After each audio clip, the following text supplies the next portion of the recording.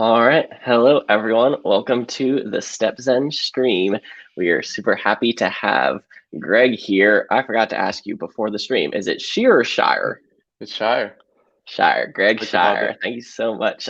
Yes, of course. Some Lord of the Rings energy here. I like it. We are really glad to have you as our inaugural guest. We've been doing some live streams at StepZen for a while now with just, of ourselves and building projects and sometimes building projects with each other. But I really wanted to get some other people on to learn a little bit about other things going on in the ecosystem that maybe can integrate with StepZen or can do cool things with it. And you're someone who has a very illustrious career in dev tooling and the dev space. So I'd love to get a little bit of your background, who you are, what you do, and how you found yourself at this company. Yeah, so I guess I can start with the last major thing I did, which was I made a tool called Insomnia, which is a desktop app for interacting with APIs. You can do like normal APIs, GraphQL, various things like that. Um, did that for about 5 years. Then that got acquired by a company called Kong, who builds API gateways and API tooling. And then I recently left there to just like go back to being independent. I originally, well, I was playing with a few ideas, but one of them that I wanted to do was build like an easier way to deploy applications, like web applications. And then the founder of Railway, Jake, reached out to me and he's like, "Hey, we're building this exact same thing." So I talked with him for a while. Turns out we had a lot of similar ideas. So I was like, "Hey, can I just join you guys?" So that's what I'm doing now. I'm at Railway. We're working on like a platform to make it really, really easy to deploy databases and web applications. So I'm sure we'll get more into that as we go. But that's like the high level of what I've been doing recently. Awesome. Yeah, and I'm a big fan of Insomnia. I actually use it myself. And if you read some of my tutorials where I'll take screenshots of, like API calls that I do to test, it's usually in Insomnia.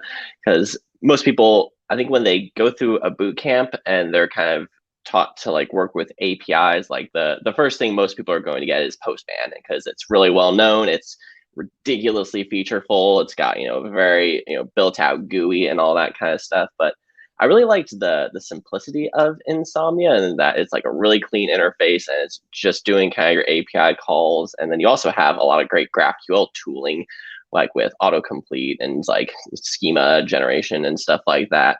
So it's great to work on some GraphQL stuff with you here, and we'll probably be using Insomnia at one or 2 points throughout this demo.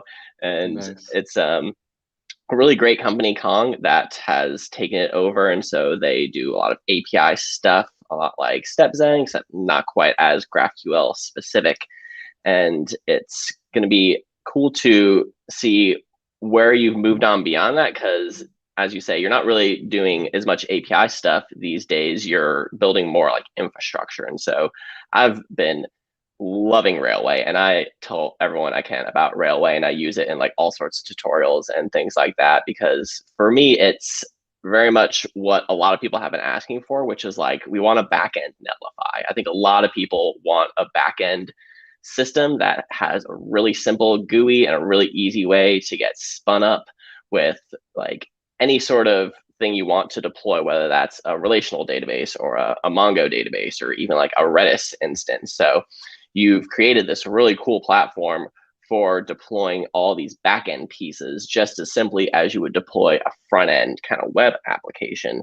And that's going to be some of the stuff that we're going to get into here. And I would be kind of curious, like if you had done much DevOps infrastructure type stuff, but before Railway, or if this has been more of like a learning experience for you, getting deeper into like all this like AWS stuff and kind of what that's been like getting deeper into the DevOps infrastructure layer. Yeah, it's it's been really interesting. I haven't been focused too much on the DevOps side, mostly in like between the front end and the DevOps, like building out like our I guess the part that's written in Go. So like scheduling, like building Docker images, and right now I'm working on rollbacks. So like snapshotting the Docker image, storing it in a like a Google Cloud bucket, and then like You don't adding the consider that UI to like DevOps? hook all that up. It's kind of silly that you wouldn't consider that DevOps. To me, that's like the most DevOpsy thing I could ever imagine is scheduling Docker containers. I would consider DevOps more like to do with servers and setting up like networking and basically everything that doesn't really involve the application code. I'm sort of like at the far end of the application code that's like Okay, right well, by the yeah, DevOps, but there's a good term for this then that is becoming more popular, which is the back of the front end.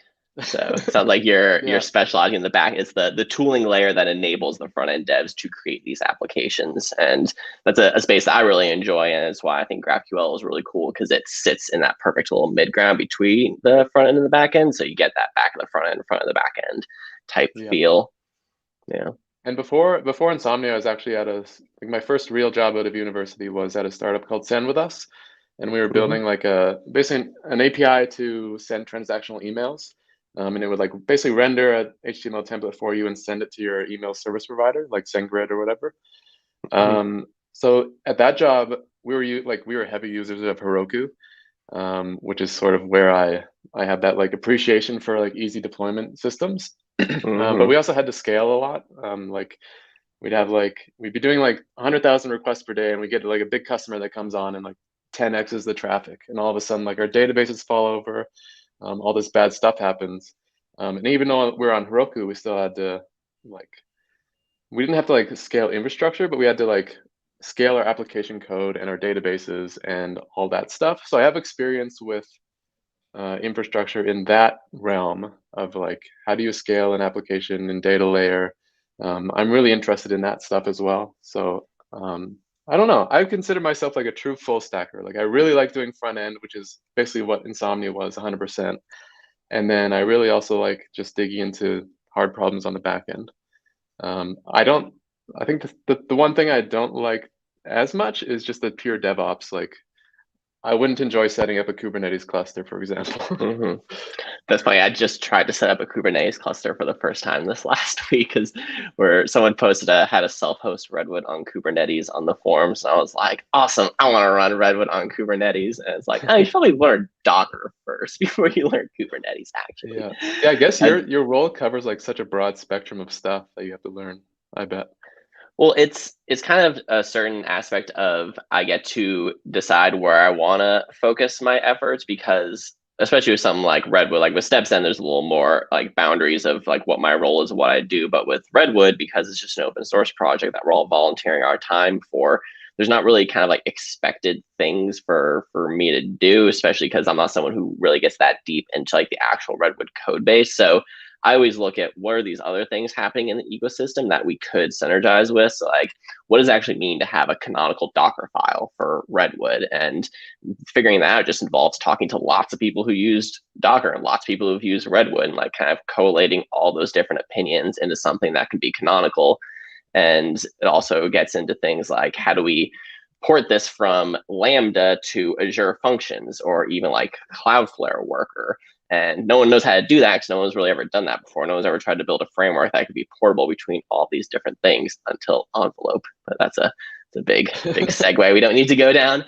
And we want to get into Railway here. So let's go ahead and get us looking at the Railway homepage. And I also wanted to address the stream real quick. A lot of people in the stream, which is super cool. Happy to see so many good friends out there. We are streaming both to YouTube and to Twitch. I am here on StreamYard and blasting out to both of them. So if you're trying to see where the conversation is going, it looks like most people are chatting in the Twitch chat, but we also got some people in the YouTube chat as well. So feel free to hop around wherever you think the conversation will be. And I'm going to go ahead and share my screen. And I also wanted to drop just this one gist here. That's going to be what we'll be building out in a second, but don't worry about that too much yet. First, let's take a look at Railway here. So Railway, what is the first thing someone should do when they kind of go to the Railway homepage? I would say just deploy something. I guess All right, you're already logged in right now, but I am. There's my nice little cartoon face. yeah, Well, if you click if you're not logged in and you click the go to mm-hmm, dashboard button, it'll usually mm-hmm. prompt to deploy something. Just so And people can we, see that, let's take a look in incognito. It would look like so, yeah, and the get then you started would right there. log in. You can do an email, you can do a GitHub. So I'm pretty sure I just synced my GitHub to it and never had trouble with auth. It always does a good job of recognizing who I am and what I'm doing.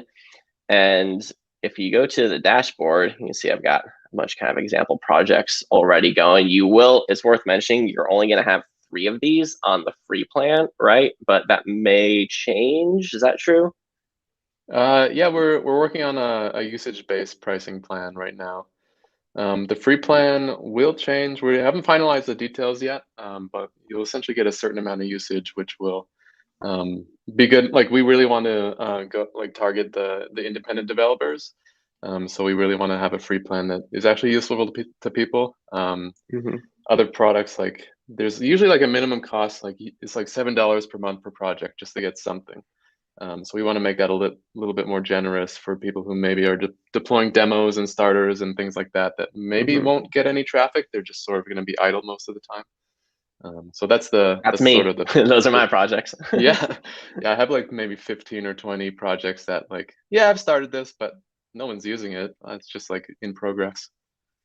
Yeah, I was usually spinning ones up and then tearing them down when I was done. But I've got a couple now that like live out in the wild. I want people to actually be able to see. So I upgraded and I've got a handful now, but it's been very much worth the money. And it sounds like with the adjustments you're making, you're gonna make it even more economical for a wider range of people, which is really great. And one of the reasons I really stress these types of like services like a Netlify or a Vercel, because some people get really uncomfortable kind of like building on these like VC funded type of operations. And it's not so much about like you want to build like this whole company on this one specific provider so much as you want to provide the options to build at all to the rest of the world. Like everyone else who wants to learn how to use these tools, wants to get a side project spun up, wants to maybe start building a company and be able to do that without having to break the bank and do this huge ridiculous infrastructure. So having this kind of like simple entryway on a free plan, I think is so valuable. And it's why I'm like very comfortable like constantly promoting these types of companies, types of projects. I do think it's like actually very, very valuable to a very wide range of people.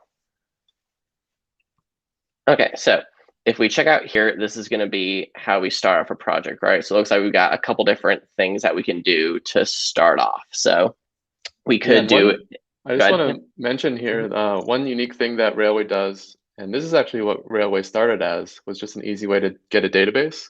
So you can actually deploy just a database without any application code, Mm-hmm. which is a really popular thing and like something we're going to take advantage of today.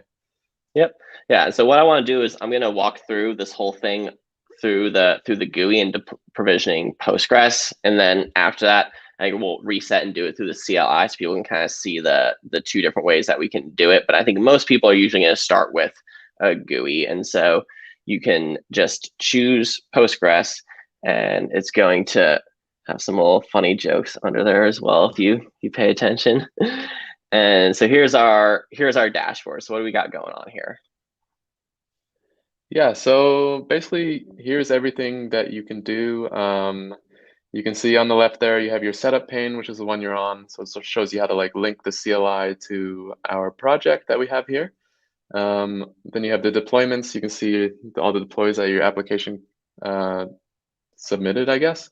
And then from there, you can view the logs for your app. You can cancel things. You can roll back. Then you have your settings. And then down below, you have your environment specific stuff. So one thing that this is actually my favorite part about Railway is that you Mm-hmm. can do basically you can connect it to your production environment, but also your development environment. So usually you have to like when you're starting a new project, you have to run it locally, and then you have to set up a database on your computer. But with Railway, you can actually just create a development environment in Railway, and your database there will be a database available for development. So really, you only have to run your application code locally, and it can actually connect to a database on Railway, which is really cool because I'm someone who uses multiple computers for dev. So if I like spin up my project here and like I migrate my database locally, and then like create a couple users, like write some blog posts or whatever in my app, then I switch computers, that database is still going to be the same one that I'm using over there because it's on Railway. So that's one of my favorite things. And then it's also cool because when you're ready to go to production, since you're already using Railway in development, there's no like, oh, I have to change my code base to figure out how to deploy on this platform. It's like, oh, I'm already using it. I just basically hit a button to deploy to production instead of development. So Yeah, it's sort of totally. very well integrated through the whole development process. Very cool. And then we also have these project variables as well. This is going to be very useful for anytime you need to share your database around or you need to connect it to your application. You guys also do a really good job of hiding stuff that you don't want to see, especially for live demos like this. That's something I really appreciate. So let me show some of these that aren't going to be private. So if we look at the user, we've got a Postgres user like normal. If you look at our host, we are here, containers US West 5. So when I see something like this, I think this is indicative of you being hosted on AWS. Is that the case? We're actually on Google Cloud Platform, but like, I Okay, mean, it's very similar technologies there. gotcha. So they also have the same kind of terminology of US West or US East, or Yeah. because this is the region that you're actually hosting. So this tells me that my database is literally physically located in the United States, somewhere on the west. So I think this means it's somewhere in California, I'm guessing. Yeah, something like that. Hmm. Which is good because I am in California. So Nice. how do you manage that exactly? Is everything going to US West right now? Is there a way to kind of like sync that to the user's location, or how does that work exactly? Yeah, right now, because like Railway is still super early, we're still working on all this stuff. Hmm. So right now everything is in US West. Um, Nice for me. we're trying to build our infrastructure to be multi-region. We just haven't got there yet. But yeah, definitely. Right now everything's in West, and we're like that's a big thing that's on the roadmap for the next little while. Cool. Yeah, but in the meantime, you just want to figure out some way to stick a CDN in front of your application, which there's of course many ways of doing that. Yeah, And then if lots of you look at Cloudflare people using it through Railway. oh, cool. Yeah, I'm a big fan of Cloudflare. I've been learning that over the last couple months for sure. And then we got our database, which is named Railway. And then we got our port number here as well.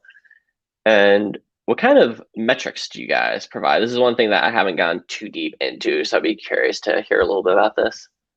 Yeah, so these are very basic metrics right now. We basically just track CPU, memory, and network.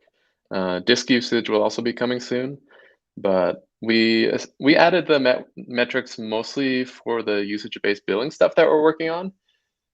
So that's sort of where it's coming from. We want to build out the metrics even more to provide like how many requests per second are coming to your app, more useful information like that. Maybe we'll overlay the deploys on the graphs over time so you can see like if a deploy affected your metrics. But yeah, right now this is mainly going to be used for the upcoming usage-based billing. So we'll bill based on like if you have like a really intense CPU-based app, then you can see your CPU going up and down. If you have like maybe if you're running a Django app, it's going to use quite a bit of memory because that's just how Django works. Versus something like a Go app, which will use very limited amount of memory. So yeah, that's the metrics now. Very basic, but also useful. Awesome. And then here is where the real meat of our project is right now, because we have deployed a Postgres database, and you can create a table through the GUI, or you can actually, if you want to be really fancy, you have this command here that lets you automatically sync to pSQL. So I think this is really cool because especially for people who don't know a lot about databases, just getting a database spun up and connected and being able to like access it and read and write to it is like just itself a pretty large barrier, especially for people coming from boot camps. And this is something that I've talked about on a million podcasts I've done, and is a kind of big part of my story. Is that my boot camp, I say, is mostly a front end boot camp that was kind of sold as a full stack boot camp. I felt that it was almost entirely React, JavaScript kind of based, and then there was like 1 month of backend that had 1 week of databases in it. So I really feel like that is a good amount of material and curriculum to consider yourself a full stack developer if you spent a week learning about databases. So as I've gone into the working world now and I've worked on other projects, I've gotten involved with more of these full stack frameworks. Learning the database aspects has been huge, and having these types of things provided for you to be able to work with the database really easily. Like, you can't discount how important it is, how useful it is. So literally, I can just grab this whole guy, and we're going to tear down this database right afterwards. So even though we're showing my password right here, don't worry about that too much. And right now, we can actually throw SQL straight into this if we wanted to. So if we wanted to create a table, we could do that, create a table. We want to insert some values into it, we can do that as well. If we want to insert a couple more in, and then we want to select star from post, and then there we go, we got post. So we're already hooked up, we got our database, it's deployed, it's on the internet, we can access it, we can read to it, we can write to it. And then if we go check back in our GUI here, we can already see the data in our railway table. So just that right there is like a little hello world thing, just blew my mind the first time I saw it. Yeah, that's another one of the things I really like. Often development involves like so many different tools, and a lot of them are from the command line. Like you just did pSQL, and I never use pSQL because I never remember how. So I always use a GUI, but now I don't really have to use an external GUI application. I can just go into Railway and just browse the tables and create records and delete stuff. So I really like that aspect. And Yeah. actually, in the command line over there, you pasted that command right in there, but you can also run Railway connect. That's what we're going to show next. So Nice. we're getting there. So first off, let's just go ahead. And so now that we have exposed our environment variables to the world, we're going to want to tear this project down like so. And then now we're back to normal. And I want to show how to do this with the Railway CLI. And this is just a little gist I've got here that I pasted in the chat a little while ago. And let me actually go back to chat for a second and see, have anyone asked any questions. Let's see. Nope, doesn't look like there's anything yet. So that little gist that I posted a second ago is where people can see these commands and follow this same flow if they want. I've also got a blog post that is fairly similar to what we'll be doing here. Let me drop that also. And let's get back to sharing. And you've actually helped me out with this whole CLI flow. This is something that I had originally done with Redwood, because with Redwood, I had wanted to figure out a way to short circuit the SQLite part, and this is a very long and deep Redwood specific kind of story. But basically, the way our tutorial is set up, you start with SQLite and then end up with Postgres. And because of Prisma Migrate having a migration lock file, you end up with all this like weird conflict stuff that requires you basically delete all your migrations and start over. So I wanted to have a tutorial where as soon as you create your Redwood application, the first thing you do, you spin up a Postgres database, you connect to that Postgres database, and you start developing that way. Because I thought that that would be really valuable. You'd avoid all this weird transition from a SQLite to a Postgres. And I realized that the Railway CLI was really, really powerful in how it could do this for you, because you could actually insert yourself directly into either environment, either your database environment or your application environment. And so you could pull an environment variable directly from your database, insert it directly into your project, and do that all in a single command, which is what you showed me how to do. And then you've now shown me ways to do this even nicer, because you've been continuing to build out the CLI and the functionality and ways of doing that connection, making it even more seamless. So can you talk a little bit about like what kind of work you've done on the CLI and where you've seen it progress and kind of where you think it's going in the future? Yeah, so I guess lately in the CLI, we've mostly been working on exposing more functionality. I think the CLI has been pretty powerful for a while in regards to like automatically injecting your environment variables to connect to your database, automatically like launching a pSQL process so that you can connect to your database without having to like copy that big string or expose your password to the world. Hmm. But yeah, we've been just like making it more and more, trying to make it more useful. So we have this concept of railway environments, which before in the CLI, you could only be on one environment at the time. So right now we're working on the ability to run a command, like a one-off command for a specific environment. Like say you want to migrate your Prisma database on production, but you're like currently active in your development environment. Well, you should be able to run like railway run dash dash production Prisma migrate, and then just run that one-off command on your production database. So that's sort of where we're going now, is making it a little, giving the user a little bit more control, I guess, over like where they're running things, not just having it useful during development. So yeah, Awesome. you can do most things that you can do on Railway, you can do with the CLI, especially in a read fashion. You can get your variables, you can like list your plugins, you can add a plugin, um, you can deploy stuff. Yeah, there's Yeah, lots of let's stuff in just there. start us off. I actually Yeah. use the, to be honest, the GUI more than the CLI, just because Hmm. it's usually all that I need. Like I can connect my GitHub repo so it automatically does deploys. And then with the CLI, I'm usually just like running my app, which Yeah, is pretty here's nice. the real value I see from CLIs, especially, and why I tend to push it, is that if you have a CLI that works well and works consistently, it allows you to make the steps of your workflow far more reproducible than you would with a GUI. And this is why there's a term that I really like called click ops. You want to avoid click ops as much as possible because it's just not reproducible. It's very hard to document. It's very hard to share with others, and it's very hard to like make that a shared kind of workflow unless you're really good about having a hyper focused GUI with only a couple things you can do. And so that's where like Railway and Netlify and these companies have done a great job of narrowing the scope of what you can do with a GUI, so you don't end up with this crazy AWS dashboard sprawl kind of problem.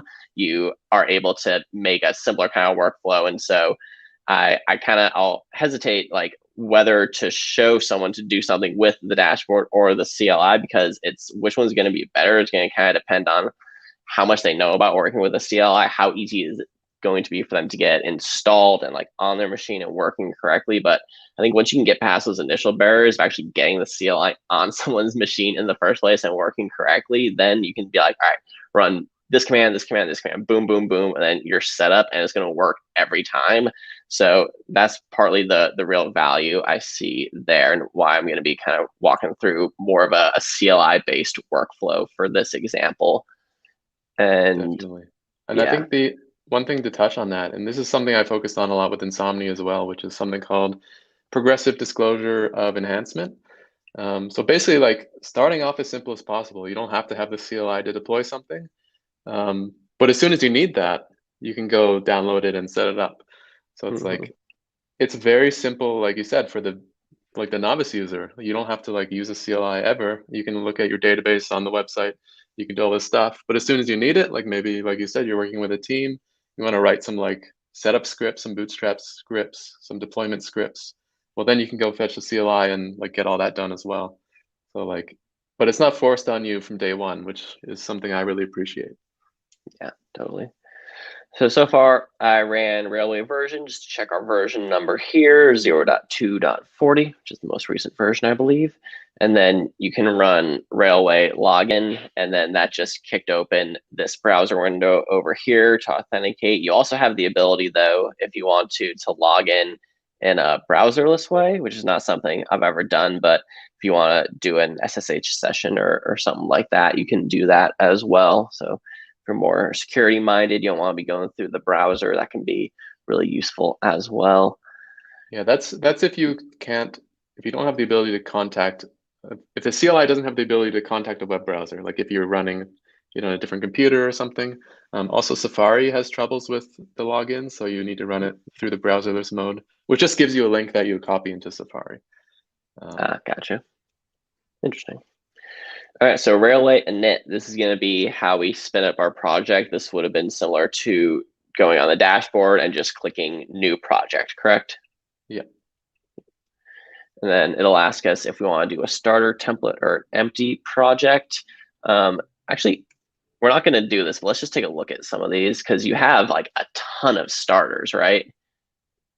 Yeah, and this is something that Faraz has been working on a lot, just like getting different starters running on Railway, and like they're all in a GitHub repo right now. And we've also been adding like we have one for Coder, we have one for like Ghost blog engine, like a bunch of things that you wouldn't really consider code. It's more like a product that you're hosting on Railway.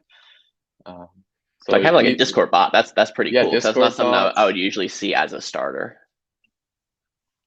Yeah, there's a lot of cool stuff in there. And there's actually stuff in there that like I didn't know about before.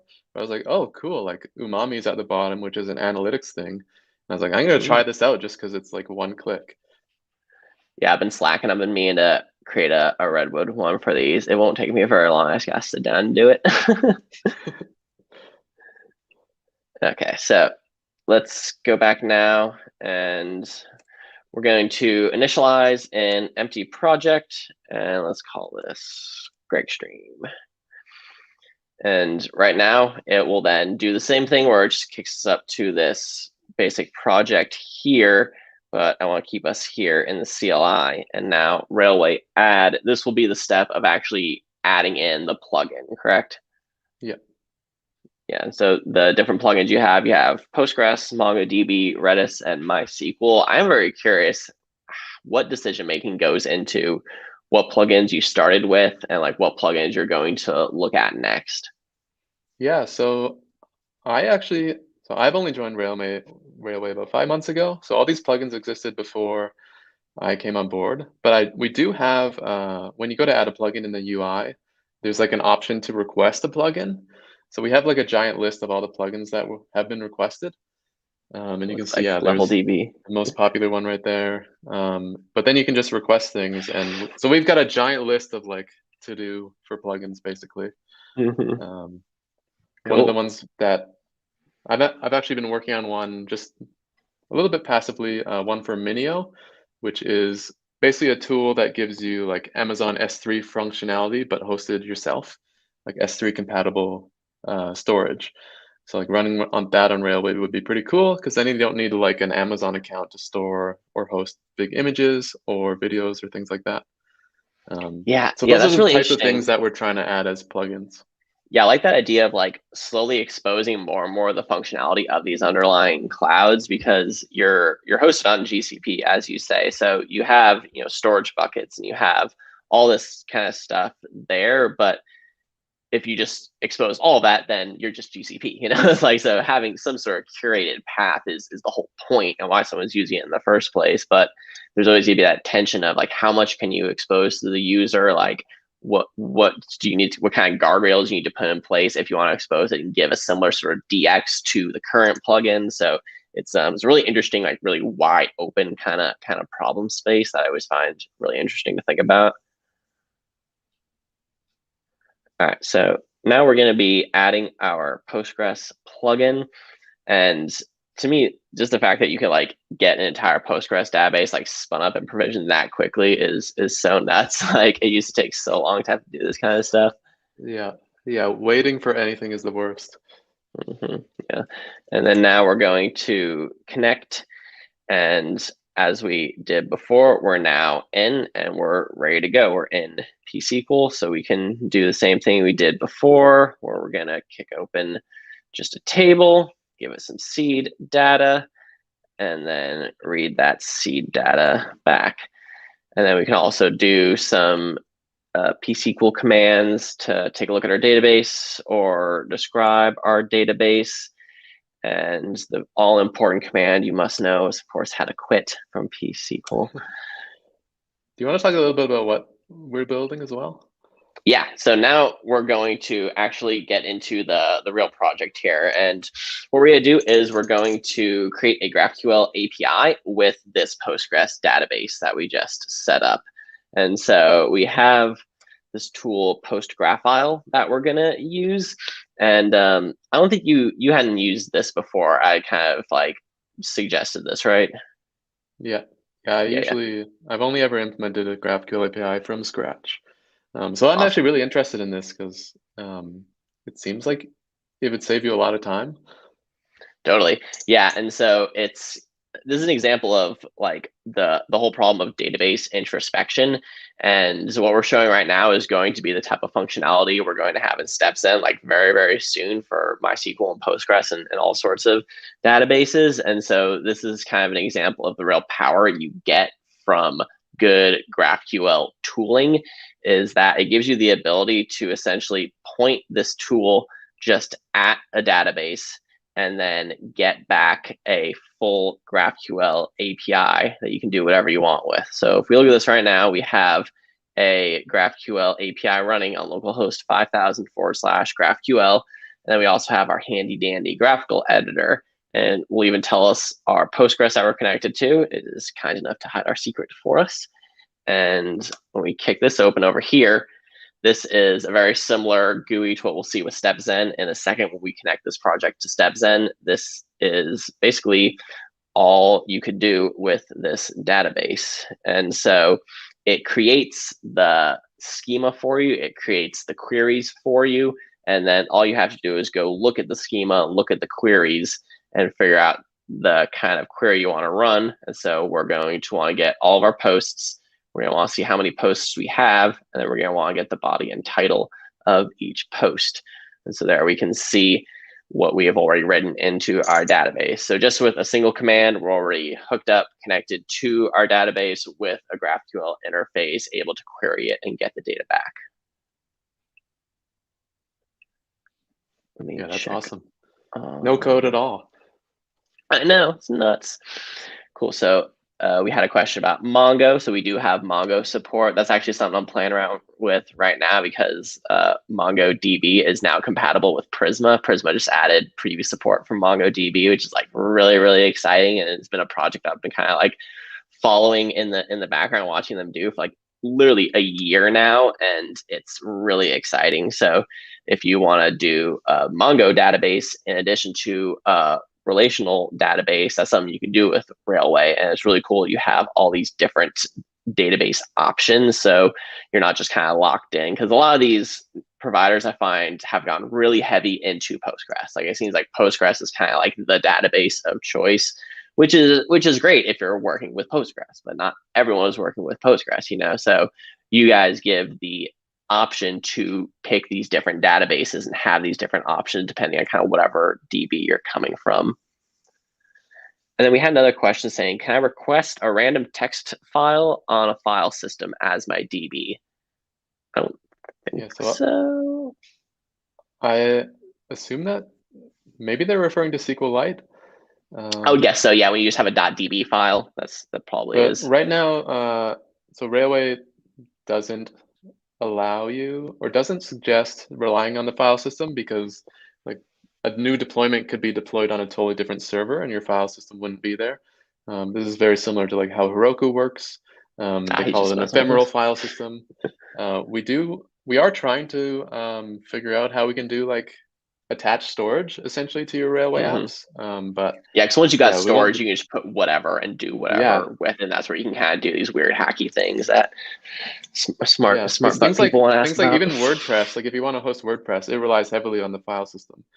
So Mm-hmm. like if we want to be able to allow people to host WordPress or even Ghost, we allow Mm-hmm. Ghost, but you have to do some things to sort of get around that limitation right now.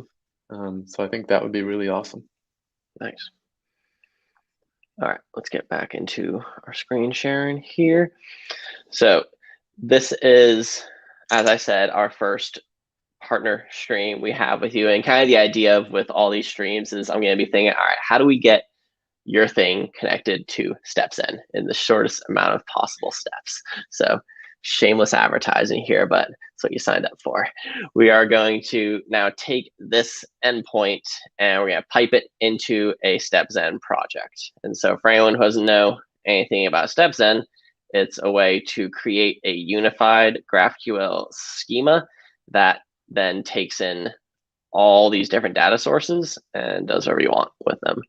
And then one last thing that I also want to show is if you just wanted to run a straight up curl command against this endpoint, if you don't want to use a graphical editor or Insomnia or anything like that, you can just straight up curl it.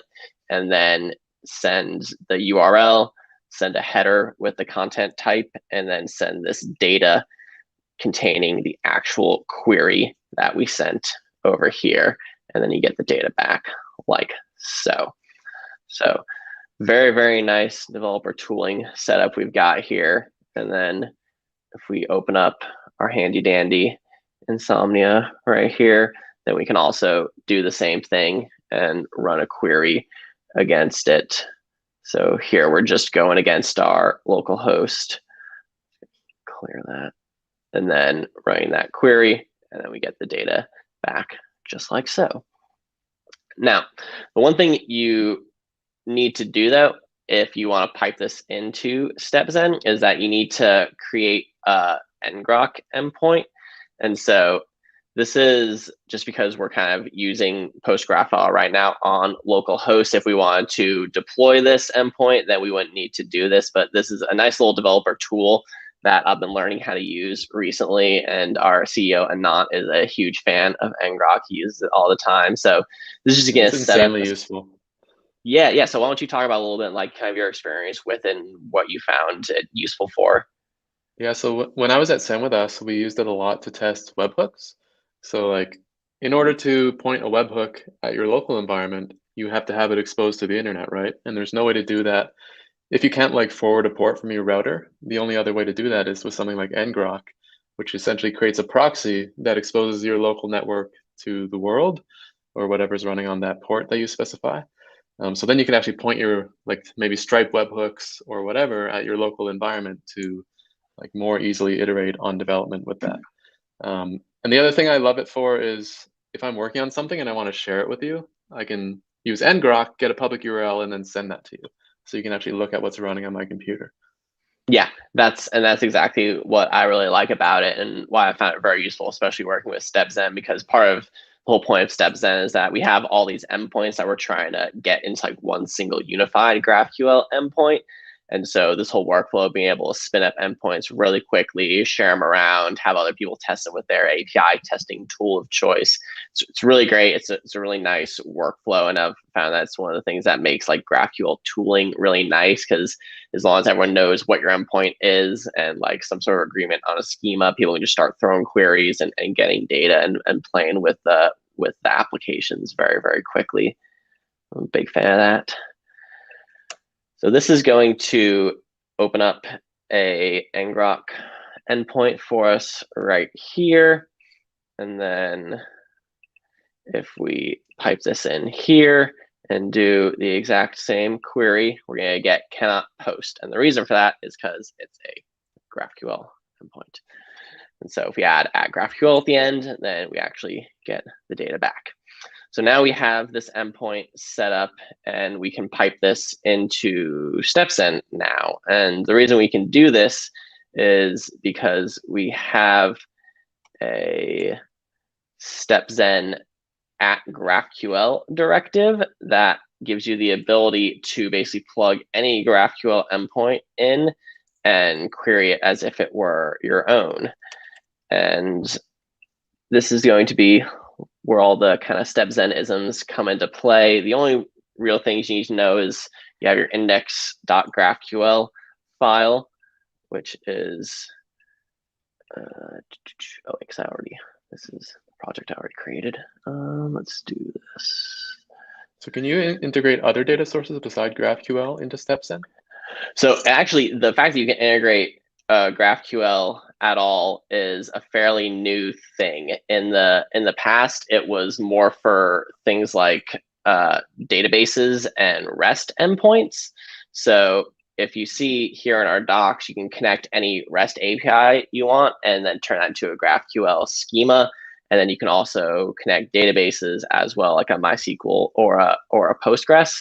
And so we could connect directly to the Postgres database if we wanted to, but I kind of want to show off this new @GraphQL directive we have now, because it shows how we are in a space now where GraphQL itself can be the lingua franca. You can have as many GraphQL endpoints as you want and combine them all into this one, and they're all still going to speak the same language. You're going to understand the same queries, and it's just like piping them all together in a way that makes them really, really easy to work with. So as of now, the at GraphQL directive, like it's not actually even really documented that well. This is something that we're kind of working on right now, and you guys are getting a kind of sneak peek of, but it's a great way to feed any GraphQL source into your whole unified one graph, as some people call it. Yeah, that's awesome. I really love, because GraphQL is such a good user experience because of the schema introspection. Like all the tooling can like do all the autocomplete for you, make it really easy to use. So you take like a REST API that's like really confusing and you have to look at the documentation. Putting it in GraphQL is like, oh, I can just use it.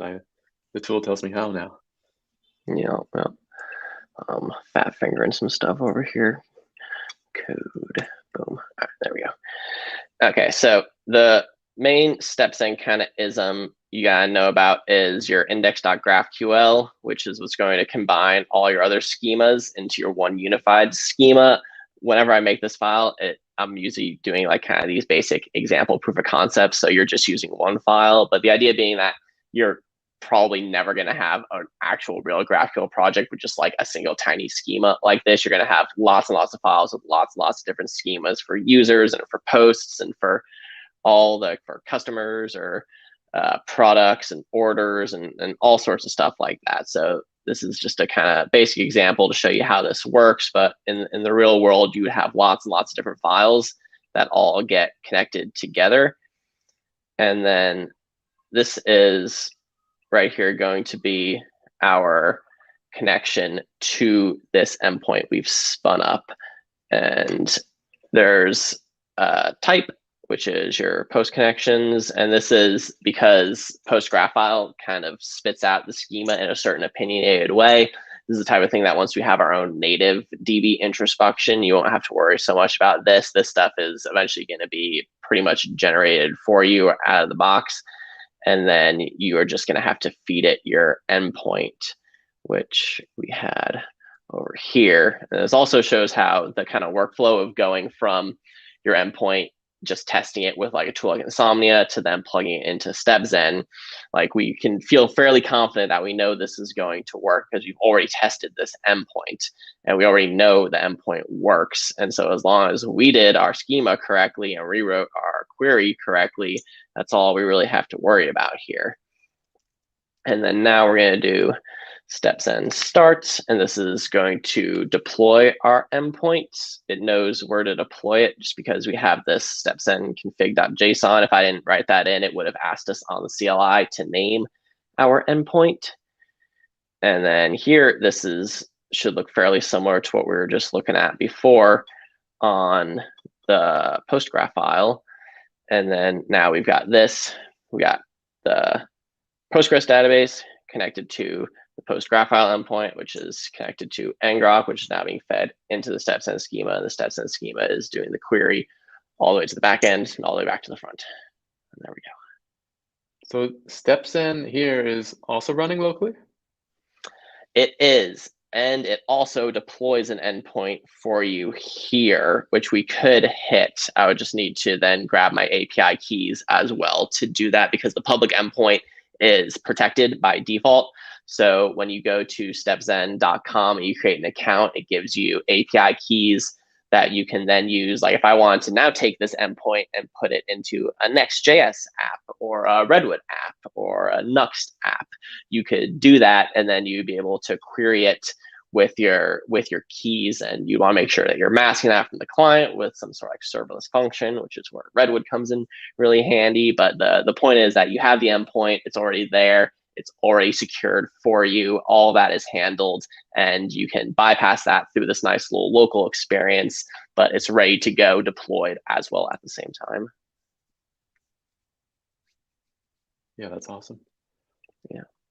And it was all possible thanks to the magic of Railway, and getting that database set up really, really quickly is like, you can't discount that because like we don't host databases for you. That's not a thing StepZen does. Like we are the gateway. We are the API that stitches together all those backends, but you still need the backend. So this is why I find that if you have, these really nice infrastructure hosting providers, now you can combine that with these really nice API gateways. And then you also can deploy your front end very easily with something like Vercel. And all of a sudden you start having these full stack applications with all these different kind of Jamstack tools. And some people may call it full stack Jamstack, although who knows who would ever use such a term? Certainly not me. All right, cool. That is pretty much the whole project we wanted to show here. So is there anything you kind of want to talk about Railway, other things that you think people should know about, or like cool stuff that you have coming down the pipe? Not too much now. Right now we're sort of in the next big thing is the usage-based pricing. And then we're just doing a lot of stuff behind the scenes right now to sort of handle the growth of Railway. We added 2FA recently, lots of cool stuff like that. So yeah, continuously getting better and better. Awesome. Yeah, no, and I've been watching this kind of progression as I've been using it over the last couple of months, and I've just noticed lots of little, small things you're constantly adding to CLI and little tweaks you're making to the UI. So I'm seeing that kind of continuous process, and it's really cool, and it inspires me to want to keep building with you guys and keep writing tutorials of how to use it, and it's really great. I really enjoy finding these kind of like synergies between different projects in the ecosystem that like fit very well together, because we're all trying to do the same thing. We're trying to like enable developers to build better, faster, more secure applications, and the more we can kind of align on ways to do that and workflows that work well, it's really awesome. And then we have a question about NoSQL DBs from Lucia, and that would be an example of Mongo would be a NoSQL database. So if we wanted to hook up to Mongo, we could do that as well. And then you wouldn't be able to use a tool like PostgreSQL, but you wouldn't really need to introspect a Mongo database, I don't think, because you're basically just kind of throwing JSON objects into it doesn't anyway. have a schema. Yeah. So I'm not. StepZen doesn't support Mongo, does it? It doesn't. I would imagine we will. We've experimented with Mongo. We've experimented with Firebase. There's like definitely a real strong like need and want for these kind of like NoSQL options. Actually, I should correct myself. Actually, Anant did a stream where he showed how to do this, and so this is one of the things that we're still kind of documenting and getting out there, but this is something that is possible today. If you want to check out his stream, I'll go ahead and drop that in the chat as well. And yeah, we've got a lot of streams coming up in the future, and we're really excited to bring on some other people to talk about cool projects they're working on, and we're trying to get Jake on as well. So hopefully he'll be interested to come chat with us as well. And yeah, thank you so much, Greg, for being here. As I said at the beginning, like I've benefited greatly from the tools you've already worked on and helped build and continue to with things like Railway. So we're really happy to have you here and get to learn about. And then it looks like Jake's about to pop in here with some stuff that we're working on there. So give him a chance to say his piece. Jake's also been really helpful with just debugging, and like as I've been building out projects, anytime I hit a snag, I'll post in the Discord. He responds very quickly and is very helpful. So having that kind of like support for a platform like this is really important as well. You can't discount that. And it sounds like they're working on a design overhaul. Yeah, so we brought on just to touch on these a little bit. Yeah, we onboarded a designer a few weeks ago, Jitachi, and we're working on just like polishing up the entire design.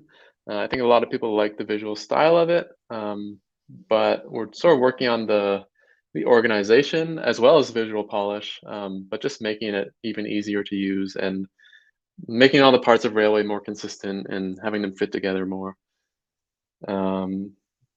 So yeah, that's design overhaul, monolith to microservices. I think we just had, Jake was talking to someone the other day who spun up like a product with like 12 microservices on Railway or something. So like providing tooling to make those more easily deployable Because a lot microservices need to like be able to know how to talk to each other. They need to share databases. They need to do all these things. So providing more tooling around that to make that more easy. Because microservices are definitely um, like that's the way the world is going. Apps are getting more complicated. Um, like StepZen's purpose is to like integrate multiple data sources, and maybe those data sources will even come from like products within your own company that are just written in different languages or deployed in different places. So yeah, those are sort of the things that we want to make easier for people because right now they're way too complicated.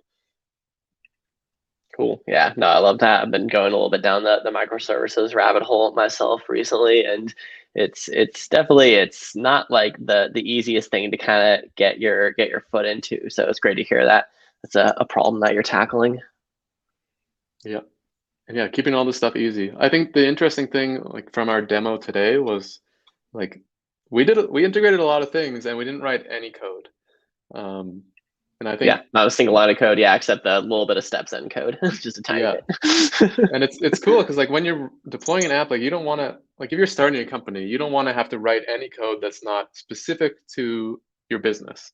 You don't want to have to like write code to deploy servers or to manage servers or to like spin up databases or do like GraphQL bootstrapping. Like ideally, everything that is not specific to you is just provided out of the box from a tool. So that's what we're working on. That seems like what StepZen's working on. So I mean, that seems to be the way of the future, and yeah, we're just trying to get there. Awesome. All right, this is going to conclude our stream for the week. Join us next week, same time, noon. We'll be doing these every week, and so stay tuned on the StepZen Twitter or Discord to hear about what that will be. And yeah, we'll catch you guys next time.